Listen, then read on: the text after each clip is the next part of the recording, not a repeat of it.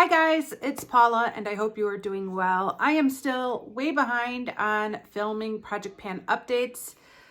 This is the same day. This is like my fourth video of the day. That's okay. I'd rather be filming videos than cleaning my house, which is what I should be doing. Shh. But I thought I would take a break from cleaning and from Project Pan updates to talk about the candidates of eyeshadow palettes that I'm considering for next year's Pan That palette. I wasn't sure if I was going to film this year or not. I had put in an idea with the Fantastic Ladies for a theme for Pan That Palette 23. And I was afraid that if my Pan That Palette idea won, that this video would be too much of a spoiler alert for the theme that I had chosen. But unfortunately, my idea did not make it to the final round and is not going to be a candidate for Pan That Palette 2023. I'm a little disappointed, but there were so many good ideas out there. I really loved. First of all, we had a lot of suggestions for Pan That Palette themes for next year, but there were some really good themes that I loved. So there was some really good competition, and it's a total democracy in the Fantastic Ladies, and my theme did not get the most votes. I mean, I would love for my theme to become a project at some point. I don't know how that would work. I don't know if it's something I could bring back up again next year for the theme, but or maybe I would just do it on my own. I don't know, but for now, I'm not going to talk about it.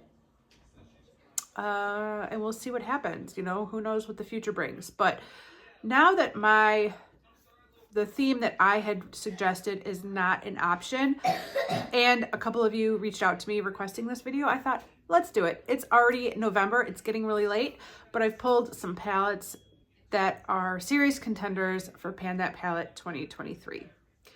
All right, first of all, I can't do this video without talking about my current Pan That palette, which is my e.l.f. 100 Pan palette. I still have a lot of eyeshadows left in this palette. I just filmed my update for this palette like 5 minutes ago, so there's no spoilers here if you saw my most recent Pan That palette update. But I have finished 5 eyeshadows out of the 95 eyeshadows in this palette, and I might be able to finish 1, maybe 2 more by the end of the year, realistically, which means there are still a ton of eyeshadows in this palette. Even though I don't finish these eyeshadows overnight, I still finish these eyeshadows a lot faster than I finish any other eyeshadows, which is very satisfying for me, and I think for you to watch as well. And it's a lot of fun, and I need the points for these finished eyeshadows for my low buy bank. Even though the quality of these eyeshadows is not the most amazing quality by any means, the fact that I can pan them and see progress relatively quickly is so much more satisfying than whatever quality issues these eyeshadows have, that it's so worth it to me. So I don't feel like I'm ready to quit this eyeshadow palette by any means. And I think that whether I choose this to be my Pan That palette again for next year and just keep working on this, or if I decided to pick another Pan That palette, I will still find a way to work on this no matter what, because I'm just not ready to put this away yet. So one way or another, we're still going to be working on this in 2023. I don't know how, but this is a contender for 2023, and I would just keep working on it and just keep up where I left off. I remember a project panner named Victoria. I know a lot of you guys probably know her.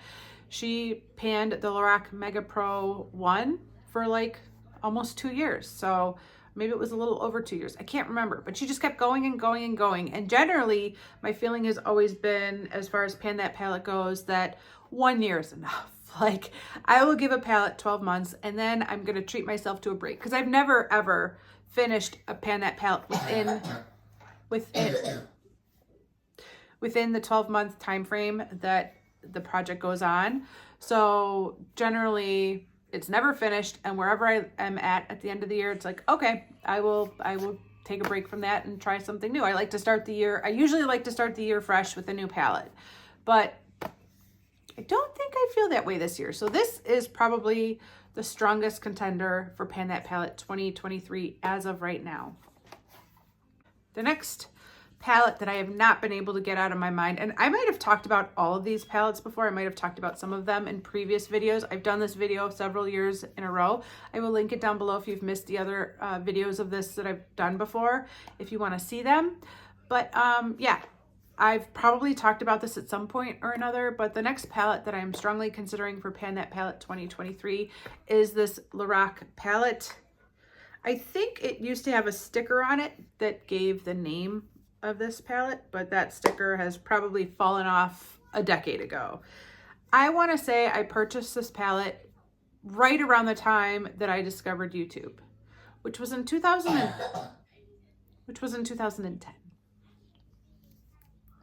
So it's been a minute. I think I've had this palette possibly for 22, or I think I've possibly had this palette for 12 years. I remember walking into my local Sephora inside of JCPenney's and picking this up as a treat to myself.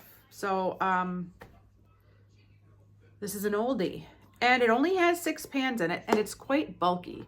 It has this little compartment. I think it came with a Lorac eyeshadow primer and this brush that I've apparently never used even once. It's a double-ended brush that looks to be of decent quality.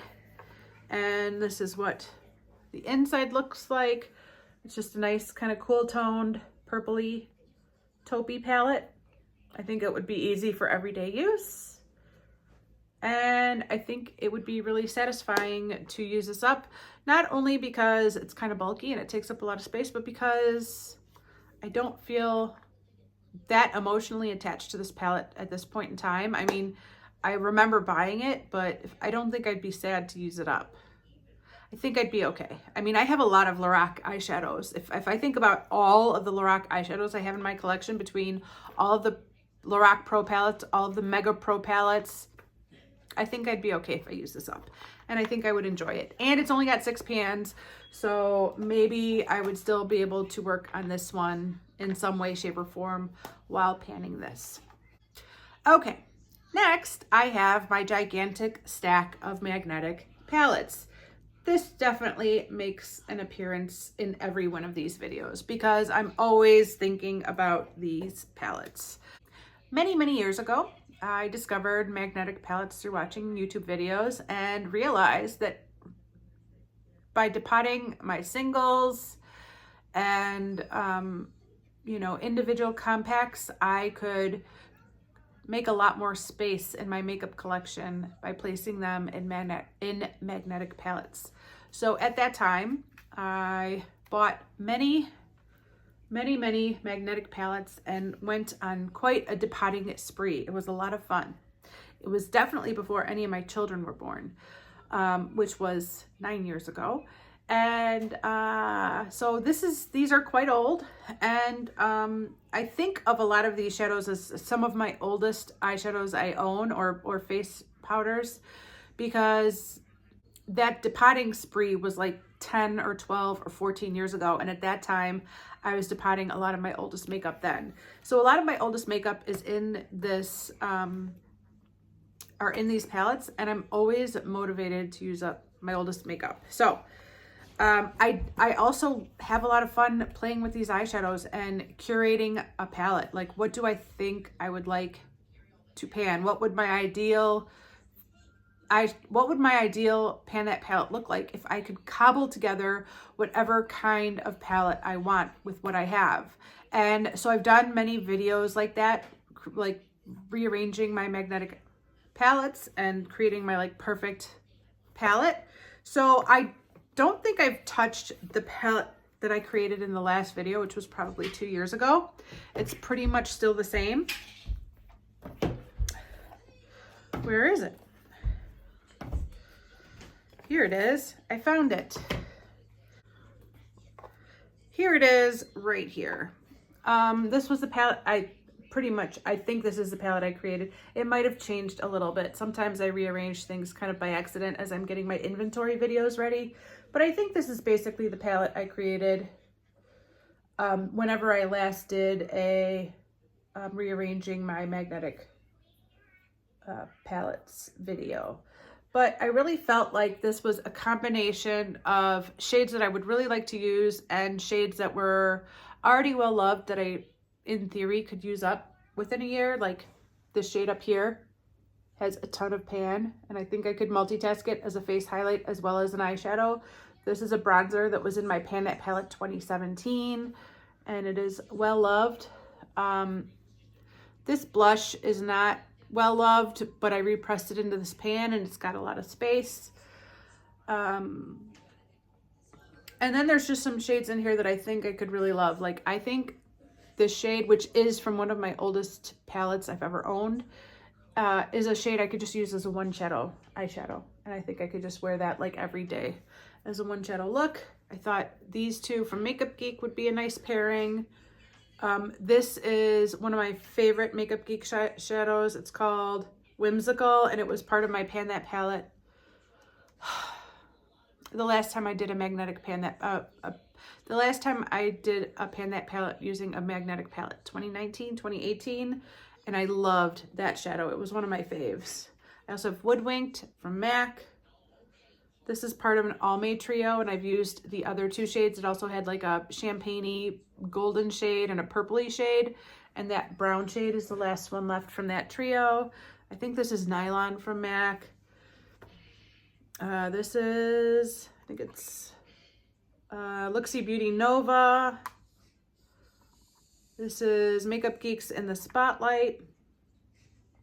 And this is Makeup Geek's Charmed, which I don't know, I guess I thought, I honestly don't know why I put that in there. And I would probably still switch, you know, I might update this and switch a few things out. But I thought this was a pretty good starting point for a Pan That Palette for me. And it's a pretty complete face. This is an old Physicians Formula powder. I don't remember what the collection was called, but it's kind of like a shimmery, glowy setting powder. Not too shimmery, but it has some glow to it. And then two blushes, a highlighter, a bronzer. I kind of felt like this had just about an entire face in this palette. So it's still a contender. Plus I have all of those other magnetic palettes to, you know, flip stuff out if I need to. Oh, you know what I think this shade was? This shade was in here to be a brow powder. That's right. That was going to be my brow powder. I forgot about that. I had a brow powder in here. I really felt like I'd covered a lot of different jobs for, you know, that eyeshadows could do as far as multitasking in this palette. So that is still a contender. I'm never forgetting about these palettes, and I haven't played with them at all in the past year, but I still think it would make a nice Pan That palette for 2023.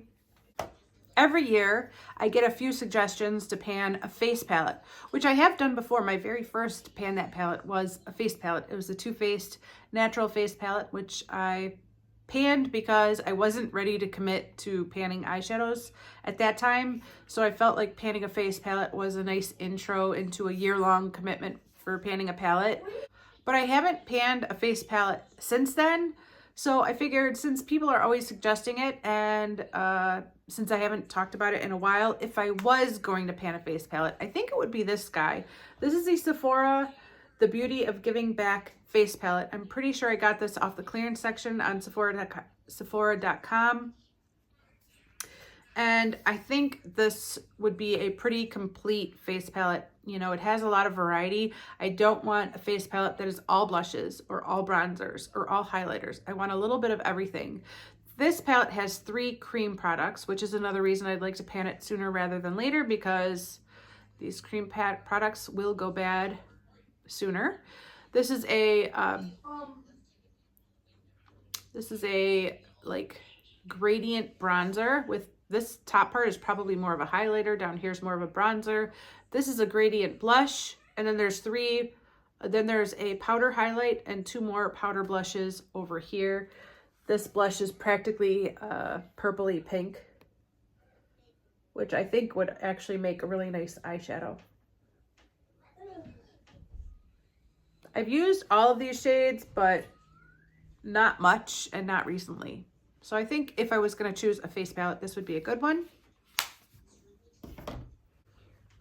All right, let's talk Dream Eyeshadow. I still love Dusty Mauves the most. If I had to go with one eye color for the rest of my life, it would still be Dusty Mauves. Dusty Pinks and Dusty Mauves have been my favorite eyeshadows on me personally for years and years and years. And so because of that, if I was just going to go with the palette I loved and would love to pan, I have to pull this one. This is my Huda Beauty New Nudes palette, and it's just a palette full of dusty pinks and mauves. And for that reason, I have to consider it a contender for Pan That Palette. It is just so beautiful. I've only used it a few times. I did recently pull this out for Halloween because I think I mentioned this in another video, but Hazel was Harley Quinn for Halloween. And so I put this red glitter on her red eye. And I was a little surprised to see that it almost seems like the glitter is coming loose from the pan. I'm not sure, but it seems like it's going to float away at any minute. I don't know if I'd be panning those two glitter shades in the middle. I'm not much of a glitter wearer, but I would like to have the opportunity to pan it before they like fall out of the pan. But besides those two shades, I think I would get a ton of use out of this palette. Of course, this shade down here is like the eyeshadow primer, or, you know, the like cream shadow. What do they call it? One concealer base.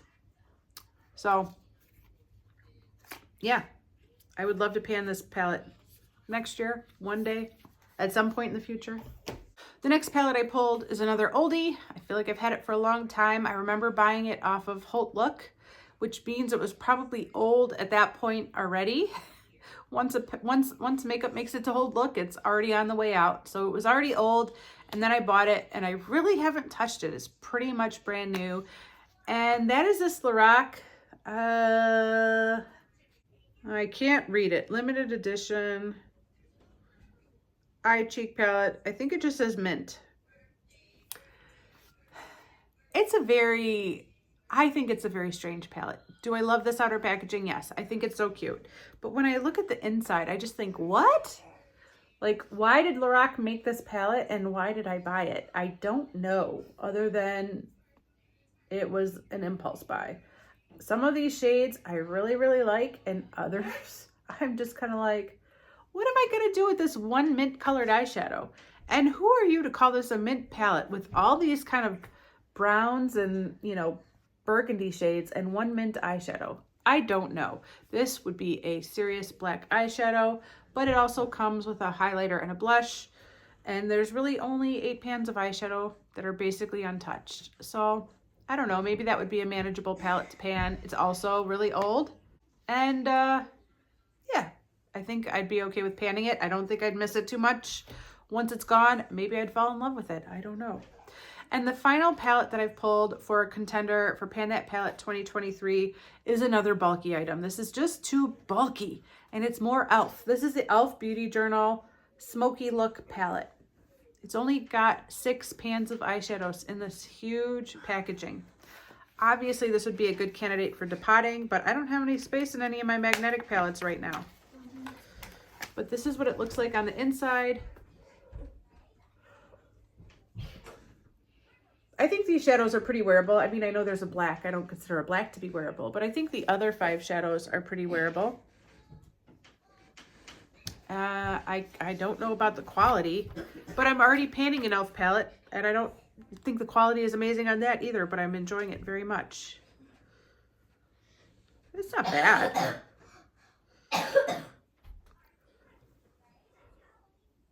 It's not bad. I think it's all right. My hands are so dry.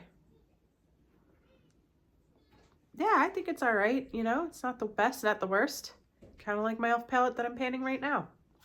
So it would be great to move that palette out of my drawer, out of my inventory, and create some room. And again, with only 6 pans, I think it would be pretty manageable while I'm still trying to work on my e.l.f. 100 pan palette.